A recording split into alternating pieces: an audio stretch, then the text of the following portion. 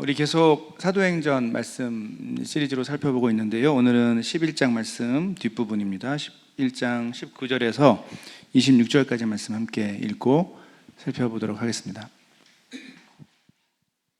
사도행전 11장 19절에서 26절입니다.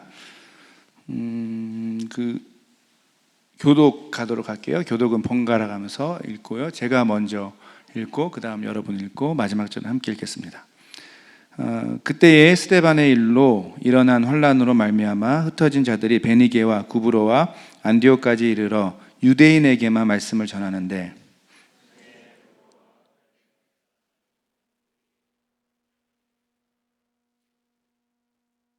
주의 손이 그들과 함께 하심에 수많은 사람들이 믿고 주께 돌아오더라.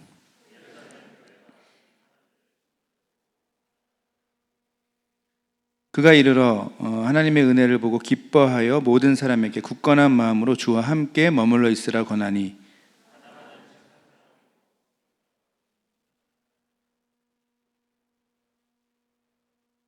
바나바가 사울을 찾으러 다소에 가서 만남에 안디옥에 데리고 와서 둘이 교회에 1년간 모여 있어 큰 무리를 가르쳤고 제자들이 안디옥에서 비로소 그리스도인이라 일컬음을 받게 되었더라. 아멘. 예, 감사합니다.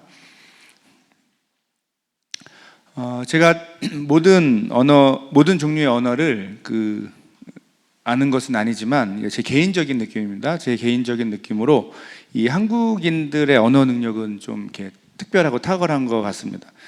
편견인가요? 제가 한국인이라서 그런지 모르겠지만 어쨌든 제가 볼 때는 한국인들의 언어 능력 중에서 특히 어떤 대상이나 주어진 상황을 잘 관찰하고 그것의 특징을 언어로 말로 표현하는 능력이 좀 대단한 것 같아요. 대표적으로 장명 기술이라고 하죠. 이름을 짓는 능력이 뛰어납니다. 사람이든 기업이든 가게든 심지어 게임 아이디든지 이 이름은 매우 중요하죠. 특히 다른 사람들에게 불릴 때 그 이름이 잘 기억되기 위해서는 이름을 잘 짓는 것이 중요합니다. 이런 점에서 이제 한국인들은 매우 뛰어난 장명 기술, 이름을 만드는 기술이 있는 것 같아요. 한국의 이제 가게들의 이름 중에서 좀 특이하고 재미있는 그 이름을 모아놓은 사진을 본 적이 있는데요. 예, 그런 게 있더라고요. 맛있으면 되지 뭐 이런 거. 이게 어딜까요? 예, 삼겹살 집에서 맛있으면 되지. 큰일 났다. 이게 한 5개 정도 더 있는데 큰일 났네요. 순간 제가 지금 당황을 하게 됐는데 5개 정도 더 있거든요. 후다닥이라는 식당도 있었는데 대충 예상이 되죠. 후다닥은 뭘까요? 치킨집. 그 정도는 아주 간단한 문제죠. 한국에는 동사무소, 면사무소 이런 거 아시나요? 이렇게 주민들의 행정 처리하는 곳입니다. 그런데 면사무소라는 이름의 식당이 있더라고요. 뭘까요? 국수 가게. 한 토스트 가게 이름은 토스트를 네 입에 토스 이런 엉망이죠. 마지막 좀 이렇게 반응이 좀 그러면 원래 이렇게 수위가 높아질 수밖에 없는데 이누무스키라는 데가 있더라고요. 계속 식당 얘기를 했는데 이누무스키 어딜까요? 스키 렌탈 가게. 이누무스키. 저한테 하는 얘기는 아니고 어쨌든 저는 흥미롭게 본 가게 이름들이었습니다. 근데 이제 우스갯소리처럼 얘기했지만 그래도 요 짧은 몇 가지 예에서도 이제 좀 생각해 볼 수 있는 게 이름이라는 것에는 어떤 대상을 가리키는 이름이란 것에는 반드시 그 속에 좀 숨겨져 있는 드러나야 하는 의미가 있는 것 같아요. 또한 그렇게 이름을 짓는 목표나 또 목적이 있죠. 가게 이름들에는 당연히 이 자신들이 판매하는 물건이나 음식들이 그 이름에 잘 스며들어 있어서 맛있으면 돼지같이 이렇게 금방 알아볼 수 있게 하는 그래서 지나가다가 그 음식이 좀 이렇게 생각이 날 때 바로 들어갈 수 있도록 하려는 의도가 있을 것입니다.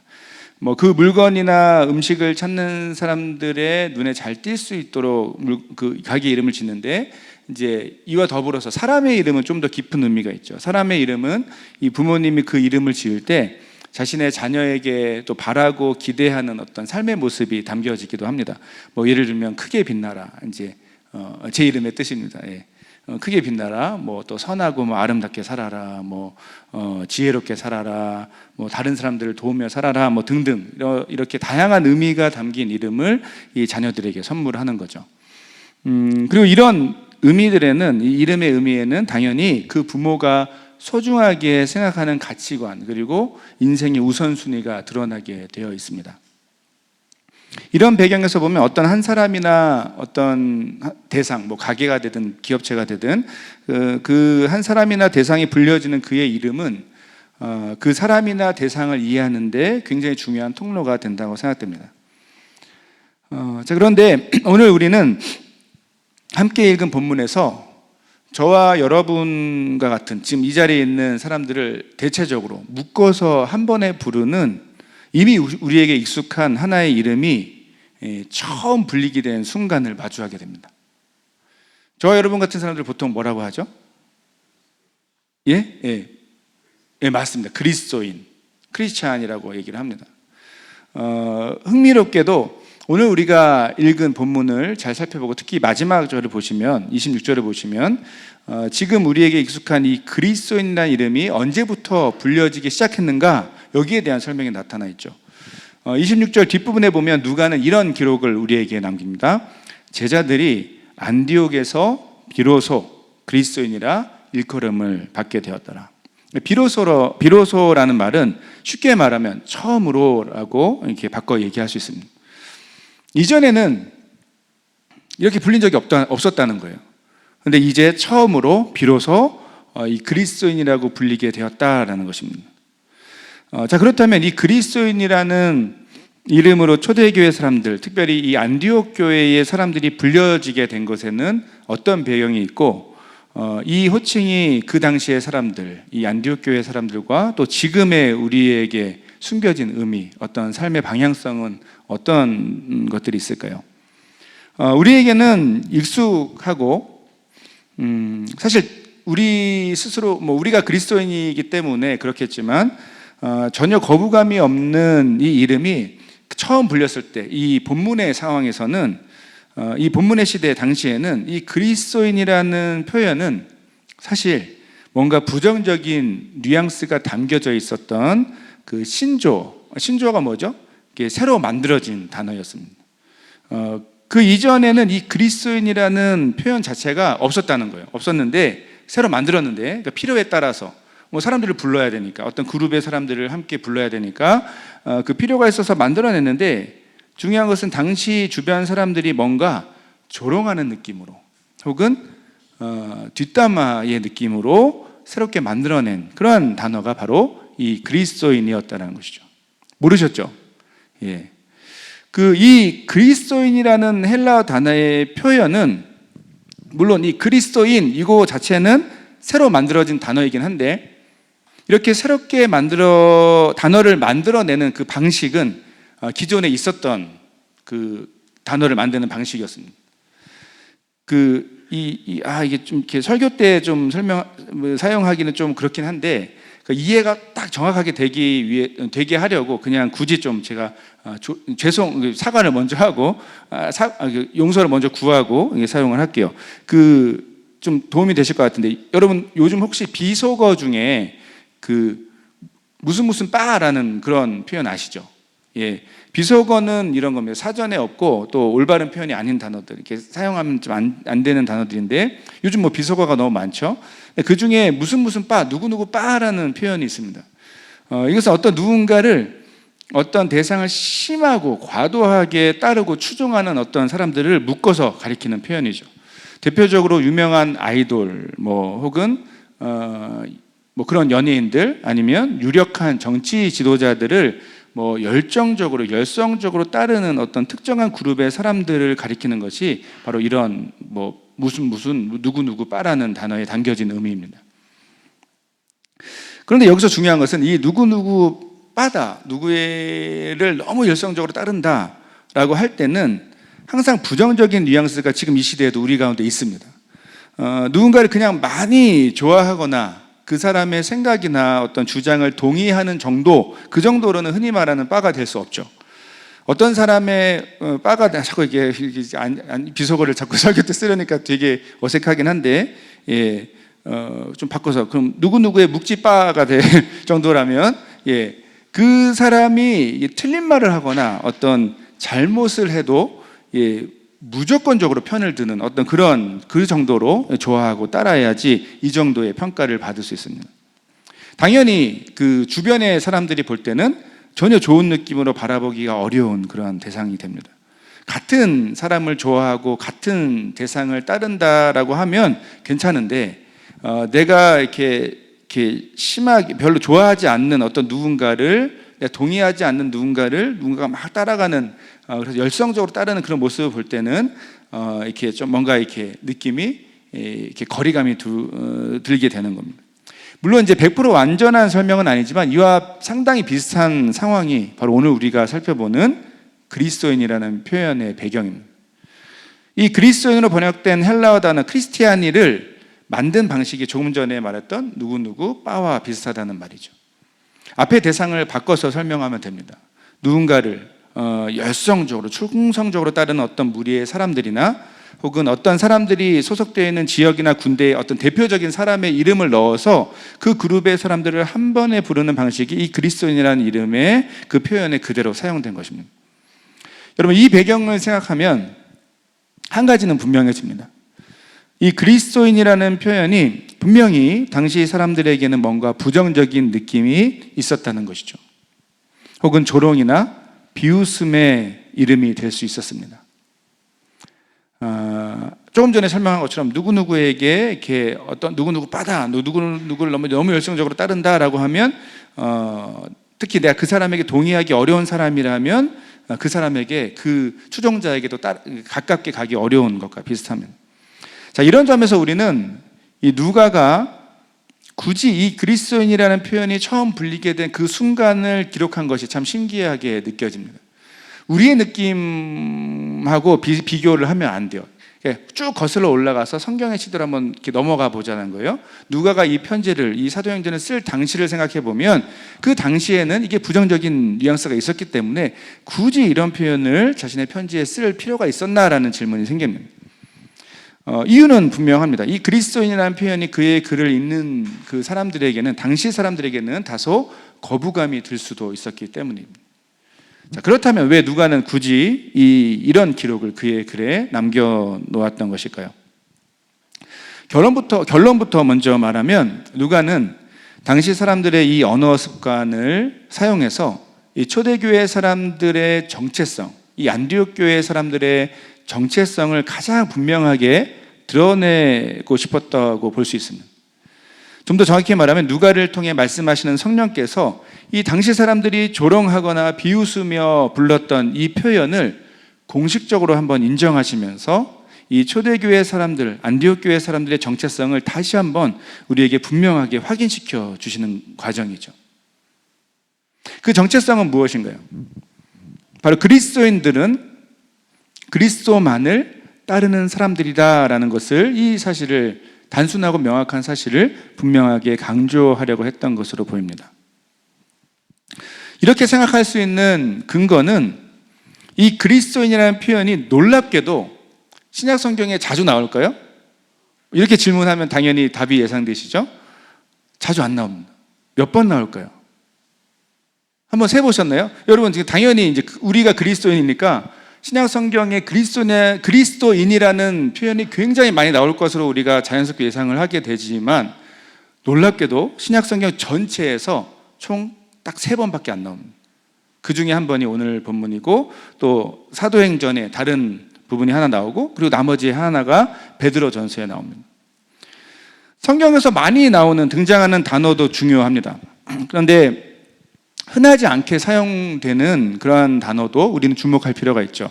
특히 흔하지 않은 단어를 사용할 때는 굳이 그 단어를 사용하는 의도성을 좀 엿볼 수 있습니다. 지금 정확히 이 그리스도인이라는 단어가 그렇습니다. 사실 이 당시 초대교회 사람들, 심지어 이 표현을, 이 그리스도인이라는 표현을 누가가 쓰기 전에, 또 뒤에도 마찬가지고요, 누가 스스로도 이 교회 안에서 자신들을, 이 성도들을 서로 가리키는 그 다른 표현들을 즐겨 사용했던 것을 알 수 있습니다. 대표적으로 뭐가 있죠?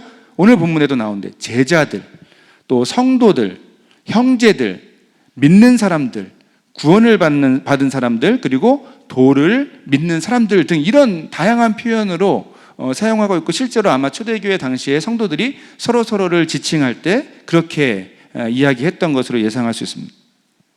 교회 안에서 자신들이 서로를 이해하는 방식, 그리고 서로를 가리키는 방식은 이렇게 다양했다는 거죠.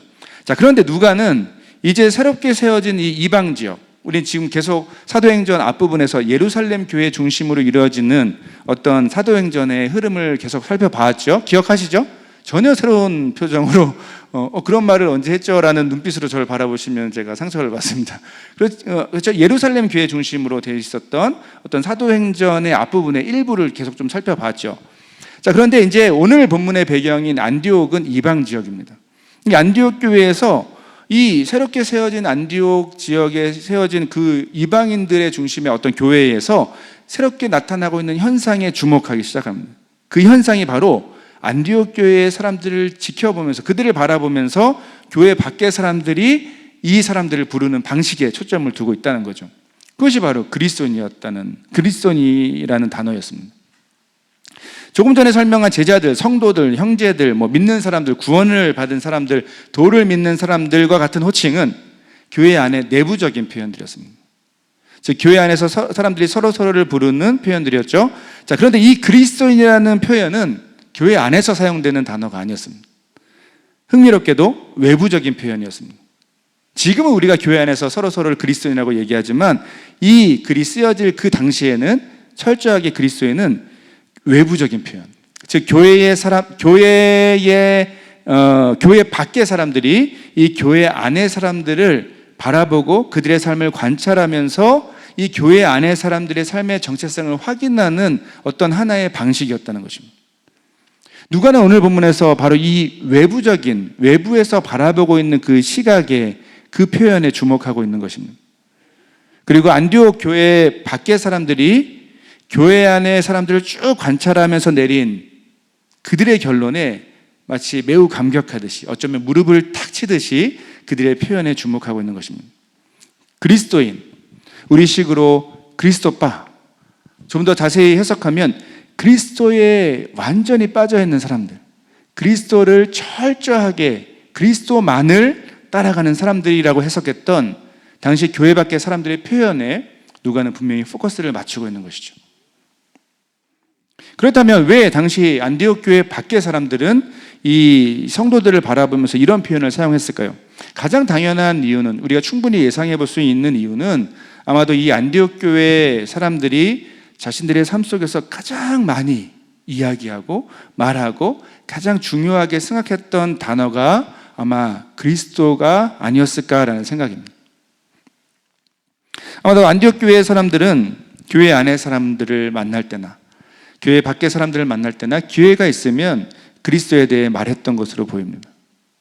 어쩌면 교회 밖의 사람들이 볼 때는 참 지겨울 정도로 그리스도에 대해 많이 말했던 것으로 보입니다. 이런 어떤 긍정적인 의미의 지긋지긋함, 그리고 그들의 삶의 중심성을 이렇게 쭉 바라보고 관찰하면서 교회 밖의 사람들은 이 그리스도인이라는 새로운 말을 사용하면서 이 새로운 현상, 이 이방 지역에 세워진 교회 사람들의 새로운 현상을 이렇게 설명하고 이해하지 않았을까 싶습니다. 자, 한 가지 분명한 것은 누가는 이런 상황, 그리고 사람들의 표현을 의도적으로 설명하고 있다는 것입니다. 심지어 당시 초대교회 사람들도 별로 사용하지 않았던 표현, 신약 성경에서 3번밖에 안 나오는 그 표현에 주목하면서 바로 초대교회 사람들이 삶으로 보여줬던 그들의 삶의 무게 중심을 증명했던 것이죠. 초대교회 사람들은 바로 그리스도를 가장 많이 이야기하고 그리스도 중심으로, 그리스도를 따라, 그리스도를 닮아서 살아가려고 애를 쓰는 사람들이었던 것으로 보입니다. 자, 그런데 놀라운 것은 저와 여러분이 알듯이 이 그리스도인이라는 표현은 이제 지금의 저와 여러분, 우리의 정체성을 공식적으로 드러내는 표현이 되었습니다. 안디옥 교회 이후로 그 역사 속에서 바로 이 오늘 본문의 상황 이후로 역사 속에서 우리를 쭉 앞서간 수많은 믿음의 선배들이 자신들의 삶으로 증명해낸 이 그리스도 중심의 삶을 통해서 그 당시에 부정적이었던 그 이름의 의미가 이제 전혀 다르게 우리에게 전해지고 있는 것이죠. 처음에는 비웃음과 조롱의 뉘앙스가 있었던 이 이름이 전혀 새로운 의미를 담은 영광스러운 이름으로 지금의 우리를 가리키는 표현이 된 것입니다. 여러분, 그 설교를 시작하며 잠시 소개한 것처럼 어떤 사람이나 그룹이 불려지는 이름에는 매우 중요한 의미와 그의 삶의 방향이 담겨져 있습니다. 두 가지 측면에서 볼 수 있는데요. 첫 번째는 우리 스스로가 우리 자신을 소개하는, 다른 사람들에게 소개하는 방식이나 또 반대로 두 번째로 다른 사람들이 우리를 바라보고 관찰하면서 그 결과로 우리에게 뭐 별명을 주든지 뭐 이렇게 그냥 평가를 하든지 그 결과로 우리를 부르는 방식, 이 두 가지 방식이 있죠. 이름을 사용하는 것에는 첫 번째가 되든 두 번째가 되든 중요한 것은 우리 자신이 사람들에게 불려지는 표현에는 우리가 원하든지 원치 않든지 바로 우리 삶의 의미와 방향이 반드시 스며들어 있게 되어 있습니다. 이런 점에서 오늘 본문을 통해 처음 소개되고 또 저와 여러분이 우리 스스로를 소개하고 다른 사람들에게 소개하는 방식, 또 다른 사람들이 우리를 이해하는 방식으로서 이 그리스도인이라는 이름은 과연 지금 현재 저와 여러분 우리의 삶과 어떤 관계가 있습니까? 한번 생각해 볼까요? 그리스도인으로서 자신을 소개하는 저와 여러분, 그리고 외부에서 그리스도인으로 우리를 바라보고 우리를 그렇게 부르는 그런 호칭들의 상황. 지금 그 이름이 과연 저와 여러분에게 어떤 의미가 있습니까?